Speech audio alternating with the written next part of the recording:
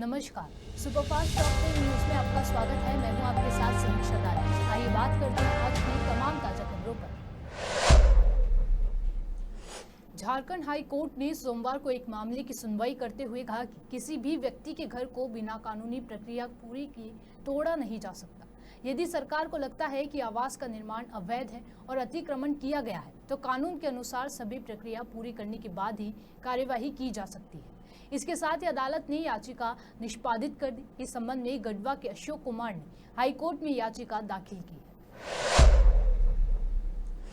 CM Yogi Adityanath समेत Bharatiya Janata party के नेता लगातार आरक्षण के मुद्दे पर कांग्रेस पर हमलावर हैं। अब से कुछ देर पहले दिल्ली में गृह मंत्री अमित शाह ने खुद का फेक वीडियो जारी कर आरक्षण के मुद्दे पर जनता को गुमराह करने का आरोप कांग्रेस पर लगाया है। वहीं सीएम योगी आदित्यनाथ ने भी कांग्रेस पर निशाना साधा है। आरोप लगा रही है कि भारतीय जनता पार्टी अगर दोबारा सत्ता में आती है तो वो संविधान बदल देगी, वो जो है लोगों के अधिकार छीन लेगी। आप किस तरीके से देखते हैं? देखिए, इससे बड़ा सफेद झूठ दूसरा नहीं हो सकता है। कांग्रेस, समाजवादी पार्टी और इंडी गठबंधन से जुड़े हुए जो दल हैं, इनके इतिहास के बारे में भी हर व्यक्ति जानता है। कांग्रेस का इतिहास बाबा साहब भीमराव अंबेडकर के द्वारा बनाए गए संविधान का गला घोंटने का रहा है। 1950 में देश का संविधान लागू हुआ और कांग्रेस ने लगातार अभिव्यक्ति की स्वतंत्रता को रौंदने का मामला रहा हो या उसके बाद भी लगातार ये प्रयास किए कि वह संविधान को अपने तरीके से इस्तेमाल करे। जनता का शासन जनता के लिए है, जन भावनाओं का सम्मान हो, ये कभी भी उसने प्रयास नहीं किया। और इमरजेंसी ने देश की जनता आज भी नहीं भूली है। ये भी देश के संविधान का गला घोंटने जैसा था। इसके साथ ही कांग्रेस ने यूपीए सरकार के समय जो पाप किया, तब समाजवादी पार्टी और बहुजन समाजवादी पार्टी भी उनके साथ सहयोगी थी। जब उसने अनुसूचित जाति, जनजाति और पिछड़ी जाति के हकों पर डकैती डालने के लिए, सेंधमारी करने के लिए उस समय जस्टिस रंगनाथ मिश्रा कमेटी और सच्चर कमेटी का गठन करके देश भर में संविधान विरोधी कार्य करते हुए धर्म के आधार पर आरक्षण देने का कुत्सित प्रयास किया था। इसके लिए इन्होंने माध्यम बनाया कि 27% जो पिछड़ी जाति के लोगों को मिलने वाला आरक्षण है, उस आरक्षण में 6% पिछड़ी जाति के लोगों को हिस्सा काट करके दे दिया जाए। इसी प्रकार से सच्चर कमेटी की रिपोर्ट के माध्यम से प्रयास किया गया था कि अनुसूचित जाति और जनजाति में मुस्लिम समुदाय के भी कुछ जातियों को शामिल करके उनके हकों पर में सेंधमारी की जाए। तो भारतीय जनता पार्टी थी जिसने उस समय भारी विरोध किया था और भारतीय जनता पार्टी के भारी विरोध के कारण कांग्रेस की मंशा पूरी नहीं हो पाई। कांग्रेस और इंडी गठबंधन से जुड़े हुए दलों के मंसूबे पूरे नहीं हो पाए, अन्यथा वे इस कार्य को उसी समय यूपीए गवर्नमेंट के समय कांग्रेस कर देती। कांग्रेस ने इसकी शुरुआत कर दी है कर्नाटक से। कर्नाटक में कांग्रेस ने पिछड़ी जाति के लोगों को मिलने वाले आरक्षण के लाभ में उसने सेंधमारी कर दी है। इलेक्शन कमीशन ने इसके लिए कांग्रेस नेतृत्व की कर्नाटका सरकार को तलब भी किया है। भारतीय जनता पार्टी बाबा साहब भीमराव अंबेडकर, भारत के संविधान निर्माताओं का पूरा सम्मान करती है और उनकी जो मंशा थी, उस मंशा के अनुरूप भारत के संविधान को सर्वोच्च मानते हुए अपने संवैधानिक दायित्वों का ईमानदारी पूर्वक निर्वहन करने की पक्षधर है। भारतीय जनता पार्टी ही एकमात्र पार्टी है जिसने बाबा साहब भीमराव अंबेडकर के मूल्यों और आदर्शों का पूरा सम्मान किया है, पंच तीर्थों का निर्माण किया है और 2025 का वर्ष राष्ट्रीय जनजाति गौरव वर्ष के रूप में मनाने का भी निर्णय भारतीय जनता पार्टी ने अपने संकल्प पत्र में भी इस बात को कहा है। स्वाभाविक रूप से भारतीय जनता पार्टी धर्म के आधार पर किसी भी प्रकार के आरक्षण का विरोधी है, क्योंकि भारत का विभाजन धर्म के आधार पर हुआ था, मजहब के आधार पर हुआ था। भारतीय जनता पार्टी इसका विरोधी है, लेकिन अनुसूचित जाति, जनजाति और पिछड़ी जाति को मिलने वाले आरक्षण के लाभ का पूरी तरह पक्षधर है और भारतीय जनता पार्टी हमेशा इस व्यवस्था को लेकर के आगे बढ़ेगी। सर, आप ये कह सकते हैं कि कांग्रेस किसी एक राजनीतिक एजेंडे के तहत इस मामले को उठा रही है ताकि वो देखिए, कांग्रेस का नेतृत्व पूरी तरह फेल हो चुका है। आप देख रहे होंगे कि उनके लोग अपने स्वयं के नेतृत्व पर विश्वास न होने के कारण लगातार कांग्रेस के प्रत्याशी भी फील्ड छोड़ करके भाग रहे हैं। कहीं उनके प्रदेश अध्यक्ष इस्तीफा दे रहे हैं, कहीं पे उनके घोषित प्रत्याशी स्वयं अपनी प्रत्याशिता वापस लेकर के भारतीय जनता पार्टी के सदस्यता ग्रहण कर रहे हैं और कहीं पर वे जानबूझ करके अपने नामांकन प्रपत्रों को अधूरा भरने का काम कर रहे हैं। ये नेतृत्व के प्रति इससे बड़ा विश्वास दूसरा नहीं हो सकता है। तो अपनी इस खींच को मिटाने के लिए वह इस ओर जनता का ध्यान न जाए, इसके लिए वह उल जलूल और मनगढ़ंत आरोप लगा करके देश के ध्यान को बांटने का प्रयास कर रहा है। लेकिन ये देश जानता है, इस देश की जनता जनार्दन जानती है, कांग्रेस, समाजवादी पार्टी और इंडी गठबंधन के नेताओं की वास्तविकता को जानती है और उनके मंसूबों को कभी भी देश की जनता जनार्दन पूरा नहीं। इंडिया गठबंधन के प्रधानमंत्री पद के उम्मीदवार पर महाराष्ट्र के मुख्य उप मुख्यमंत्री अजीत पवार ने कहा कि देश के 65% से ज्यादा लोग कहते हैं कि वे प्रधानमंत्री मोदी को प्रधानमंत्री बनाना चाहते हैं। 2019 में सब नीतीश कुमार का नाम ले रहे थे, लेकिन नीतीश कुमार अभी प्रधानमंत्री मोदी के साथ है। इस स्तर पे जब नेतृत्व की बात आती है तो एनडीए के पास, आपके गठबंधन के पास प्रधानमंत्री मोदी का चेहरा तो है, विपक्षी गठबंधन का चेहरा नहीं है। इसको लेकर उनकी आलोचना भी होती है और लोग अपने अपने तरीके से नाम भी छोड़ते हैं। अलग अलग पार्टियां हैं, अलग अलग नेता हैं। कोई स्टालिन को नेता बताता है, कोई किसी को नेता बताता है, कोई राहुल गांधी को नेता बताता है। राहुल गांधी विरुद्ध नरेंद्र मोदी अभी तक ये एक स्पष्ट चित्र जो सबसे ज़्यादा दिख रहा है वो है। लेकिन महाराष्ट्र के नेता कहते हैं कि उद्धव ठाकरे प्रधानमंत्री पद के दावेदार रहे हैं और शरद पवार जी की मदद से प्रधानमंत्री बन सकते हैं। तो इस तरह के दावों पे क्या कहेंगे? क्या है, हमेशा किसी का कोई ना कोई किसी का नाम लाते हैं, लेकिन आपको भी सोचना चाहिए, आपको भी देखना चाहिए। अभी तो खाली मोदी साहब का नाम है। 65% से ज्यादा लोग भारत देश के मोदी साहब भी प्राइम मिनिस्टर बनना चाहते हैं, ऐसा बोलते हैं, ऐसा उनका कहना है। और दूसरे साइड पे आप देखो, आप बोल रहा, आपने जो सवाल पूछा वो सही है। साउथ में गए तो तमिलनाडु वाले स्टालिन को बताते हैं, वहाँ वेस्ट बंगाल में गए तो ममता को बताते हैं। ऐसे अलग अलग। बीच में पिछले दफा 2019 में नीतीश कुमार जी का नाम सब ले रहे थे, लेकिन नीतीश कुमार जी अपोजिशन में थे, वहां से वापस वो मोदी साहब के साथ आए, यानी वो एक चेहरा था। पिछले दफा 2019 का चुनाव आप याद करो, उसमें उनका नाम था। तो वैसा अभी तो किसी का नाम नहीं लगता। तो ज्यादा से ज्यादा कुछ स्टेट राहुल गांधी जी का नाम लेते। राहुल गांधी जी की भी जो पिछले 15 साल या 20 साल हो गए वो मेंबर ऑफ पार्लियामेंट है, शायद 15 साल हो गए। और यहाँ मोदी साहब के 10 साल एज अ पार्लियामेंट का काम के बारे में। स्टेट में तो उन्होंने गुजरात का काम किया, वो काम लोगों को अच्छा लगा और इसीलिए वो सेंट्रल में पॉलिटिक्स करने के लिए आए और देश के प्रधानमंत्री बने। तो राहुल जी की और मोदी साहब की आप तुलना ही नहीं कर सकते। लोकसभा चुनाव 2024 में हिमाचल प्रदेश की मंडी सीट की काफी चर्चा है।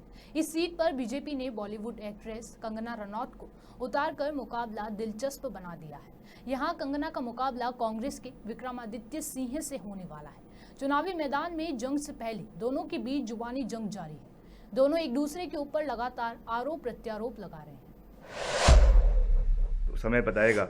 मैं उनको पूरी शुभकामनाएं देना चाहता हूं, मगर जिस तरीके की भाषा शैली का वो प्रयोग कर रहे हैं वो हिमाचलियत और हिमाचल की संस्कृति में तो नहीं है।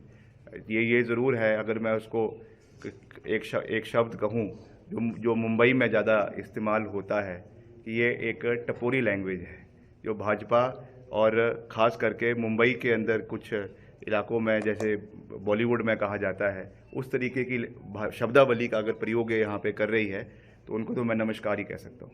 नहीं, वो जो पहनना है उन्हें वो पहने, हमको कोई दिक्कत नहीं है, मगर समस्या ये है कि ऐसा लग रहा है कि कोई फिल्म की शूटिंग चल रही है, जहाँ जाती हैं वहाँ का पहनावा पहन लेती है। उनको लग रहा है कि ये कोई जो है इलेक्शन का कैंपेन नहीं है कि कोई जहाँ के वहाँ पे फोटोज़ खींचना शुरू कर देंगी। ऐसे चुनाव नहीं लड़े जाते हैं। ये कोई सीरियसनेस नहीं है, ये केवल जो है एक बनावटी चेहरा है लोगों को जो है प्रभावित करने का, मगर अंदर से जो सब्सटेंस होना चाहिए वो सब्सटेंस नहीं है, नॉलेज नहीं है, इन डेप्थ अंडरस्टैंडिंग नहीं है, हिमाचल के इतिहास के बारे में जानकारी नहीं है, देश के इतिहास के बारे में जानकारी नहीं है। मैं उनको फिर से ओपन चैलेंज कर रहा हूँ, हालांकि मुझे पता है कि वो एक्सेप्ट नहीं करेगी क्योंकि उनको अंडरस्टैंडिंग नहीं है, बट आई स्टिल रिक्वेस्ट हर कि वो यहाँ पर आकर सेरी मंच के ऊपर एक ओपन डिबेट मेरे साथ करें, ओपन डिबेट करें। सारा मीडिया वहाँ पर हो, सारा प्रदेश का मीडिया वहाँ पर हो, इंटेलेक्चुअल क्लास वहाँ पर हो, स्टूडेंट्स वहाँ पर हो, और वहाँ पे हमसे डिबेट करें कि उनका क्या विजन हिमाचल के लिए है, क्या कार्य उन्होंने किए हैं और क्या वो करना चाहती है, और हम कहेंगे कि हमने क्या कार्य किए है, हमारा क्या विजन है, और आप उसमें प्रश्न पूछे और फिर जनता तय करेगी कि क्या उन्होंने जो है वो आगे का भविष्य कैसे तय करना है। गृह मंत्री अमित शाह ने डीप फेक वीडियो के मुद्दे पर कांग्रेस को घेरा है। अमित शाह ने कहा कि फेक वीडियो बनाकर फैलाया है। कांग्रेस जनता को गुमराह करने की कोशिश कर रही है और कांग्रेस ने फेक नैरेटिव फैलाया है। अमित शाह ने आगे कहा कि उनकी यानी कि कांग्रेस हताशा इस स्तर तक पहुंच गई है कि उन्होंने मेरे और कई अन्य भाजपा नेताओं के फर्जी वीडियो बनाकर सबके बीच सार्वजनिक किए हैं। मित्रों, उनकी हताशा, निराशा इस स्तर पर पहुंच गई है कि उन्होंने मेरा और कुछ भाजपा नेताओं का फेक वीडियो बनाकर सबके बीच में सार्वजनिक की। मुख्यमंत्री, प्रदेश अध्यक्ष, इस कक्षा के व्यक्तियों ने भी इस फेक वीडियो को फॉरवर्ड करने का काम किया। अब स्पष्ट हो चुका है। सौभाग्य से मैं जो बोला था उसका भी रिकॉर्डिंग हुआ था, तो वो रिकॉर्ड हमने सबके सामने रखा। दूध का दूध, पानी का पानी हो गया और आज कांग्रेस पार्टी के प्रमुख नेता क्रिमिनल ऑफेंस को फेस कर रहे हैं। ये जो कृत्य है वो उनकी हताशा और निराशा का द्योतक है। जब से राहुल गांधी कांग्रेस की कमान संभाले हैं, राजनीति का स्तर नीचे नीचे नीचे ले जाने का काम कर रहे हैं और ये इसका चरम, लोकसभा में चर्चा न हो देना, राज्यसभा में बहिष्कार करा देना, शोर शराबे करना और निराधार झूठ बोलकर प्रजा में भ्रांति फैलाने का काम लगातार उनके नेतृत्व में कांग्रेस पार्टी कर रही है। और मैं मानता हूं कि अब फेक वीडियो सर्कुलेट कर फर्जी टाइप का जन समर्थन प्राप्त करने का एक प्रयास ये बहुत निंदनीय है और भारतीय राजनीति में किसी प्रमुख दल के द्वारा कभी ऐसा नहीं किया गया। भाई और बहनों, मेरी आप सबसे करबद्ध निवेदन है, सत्य को जनता तक पहुंचाइए। जनता को गुमराह जो करना चाहते हैं उनको अपने सिद्धांतों के आधार पर, अपने कार्यक्रमों के आधार पर और अपने घोषणा पत्र के आधार पर चुनाव लड़ना चाहिए। फेक वीडियो सर्कुलेट कर नहीं, भारतीय जनता पार्टी के घोषणा पत्र को तोड़ मरोड़ कर जनता के बीच में झूठे तरीके से रखकर चुनाव नहीं लड़ना चाहिए। 1 मिनट के लिए ये वीडियो, दोनों ओरिजिनल वीडियो और फेक वीडियो मैं आप सबके सामने रखना चाहूंगा। उसके बाद में आपसे सवाल जवाब लेंगे। धन्यवाद। मैं यहां कहकर जाता हूं, भारतीय जनता पार्टी आवाज भाई तो एक गैर संवैधानिक मुस्लिम रिजर्वेशन को हम समाप्त कर देंगे। भाई फिर से करना पड़ेगा, आवाज नहीं है। तेलंगाना के मैं यहां कहकर जाता हूं, भारतीय जनता पार्टी की सरकार बनेगी तो एक गैर बंद करो भाई, आवाज ठीक करो। पहले सवाल जवाब कर लेते हैं, बाद में वीडियो दिखाते हैं। वैसे आप सबने देखा हुआ ही है।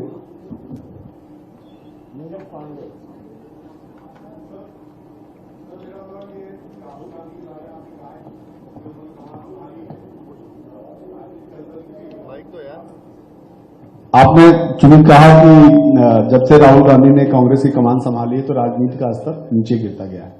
उनकी जो सीट थी राहुल गांधी की अमेठी, जहां से वो चुनाव लड़ते थे, और उनकी मां जहां से रायबरेली से चुनाव लड़ती थी, दोनों जगह से अभी तक उन्होंने कैंडिडेट भी नहीं दिए। और अब ये कहा जा रहा है, सूचना आ रही है कि दोनों लोग अब चुनाव भी नहीं लड़ेंगे दोनों सीट में, ना राहुल लड़ेंगे ना प्रियंका।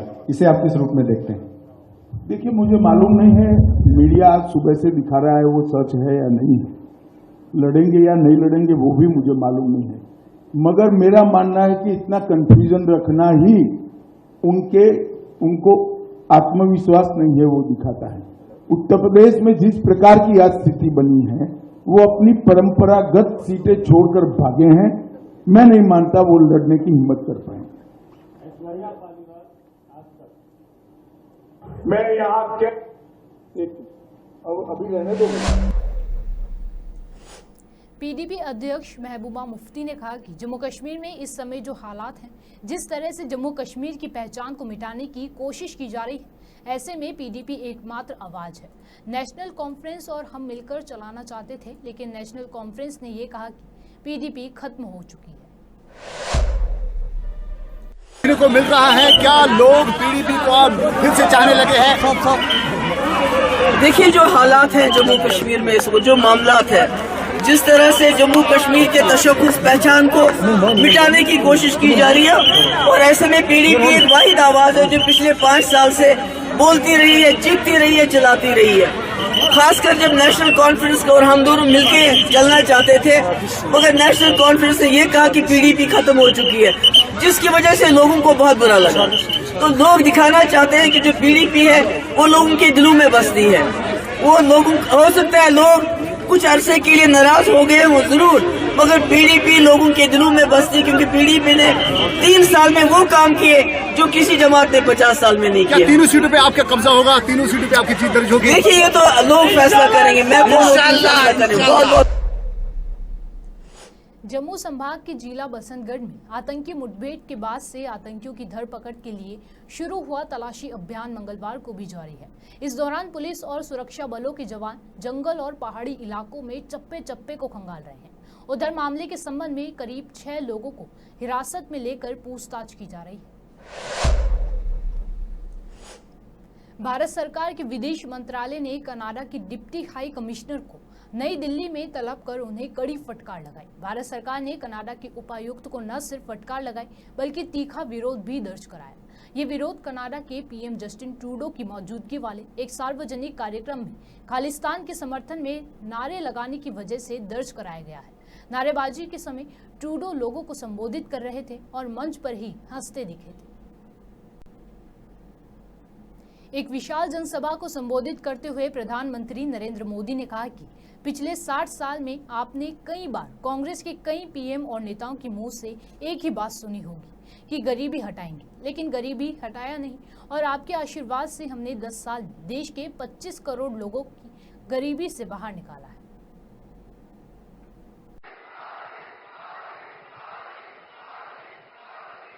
पिछले 60 साल में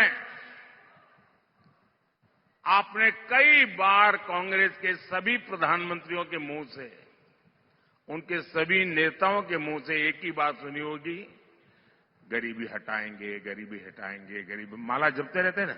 और हर चुनाव में गरीब गरीब गरीब गरीब गरीब गरीब गरीब गरीब गरीब गरीब गरीब गरीब गरीब यही माला जपते रहते थे। उससे आगे कुछ नहीं करते थे। आपके आशीर्वाद से, आपके सहयोग से, और आपने मुझे जो कुछ भी शिक्षा दीक्षा दी है उसके कारण 10 साल में इस देश के 25 करोड़ लोगों को गरीबी से बाहर निकालने में हमें सफलता मिली है। भाइयों बहनों, आप मुझे बताइए, कोई अगर गरीबी से मुक्त होता है तो आपको अच्छा लगता है कि नहीं लगता है? कोई गरीब का भला हो तो आपको अच्छा लगता है कि नहीं लगता है? जरा माताएं बहनें बताएं, अच्छा लगता है कि नहीं लगता है? अच्छा लगता है। अगर किसी को गरीबी से बाहर निकालते हैं तो हमें पुण्य मिलता है कि नहीं मिलता है? पुण्य मिलता है कि नहीं मिलता है? ये 25 करोड़ लोग गरीबी से बाहर निकले तो इसका पुण्य किसको मिलेगा? इसका पुण्य किसको मिलेगा? इसका पुण्य किसको मिलेगा? इसका पुण्य किसको मिलेगा? इसका पुण्य किसको मिलेगा? मोदी को नहीं मिलेगा।